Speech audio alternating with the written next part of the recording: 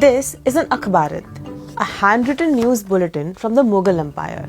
While printed newspapers were taking off in Europe, Mughal India had already built a vast news network. Armies of scribes recorded everything: court politics, military campaigns, finances, and even gossip. Written in Persian, these reports were part intelligence brief, part government circular, and part newspaper. Thousands of them travelled across an empire that ruled much of the Indian subcontinent, nearly a quarter of the world's population at the time. Then they disappeared into libraries and archives across India and the UK, until historian Munis Farooqi spent nearly 20 years tracking them down. He pieced together the lives of princes, generals, royal women, and imperial eunuchs through tens of thousands of these reports. The scale of the archive shows just how closely the Mughal state kept track of its enormous empire. Most of these records come from the late 17th century, when Aurangzeb ruled at the height of Mughal power.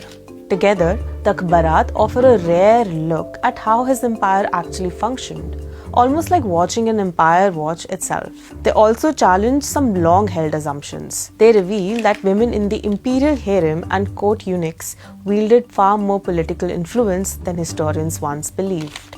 They also paint a more nuanced picture of Aurangzeb himself, less distant and less rigid than his reputation suggests. One of the biggest discoveries concerns the importance of Aurangzeb's daughter, Zinat-un-Nisa. Historians knew she existed. What they didn't realize was just how powerful she was.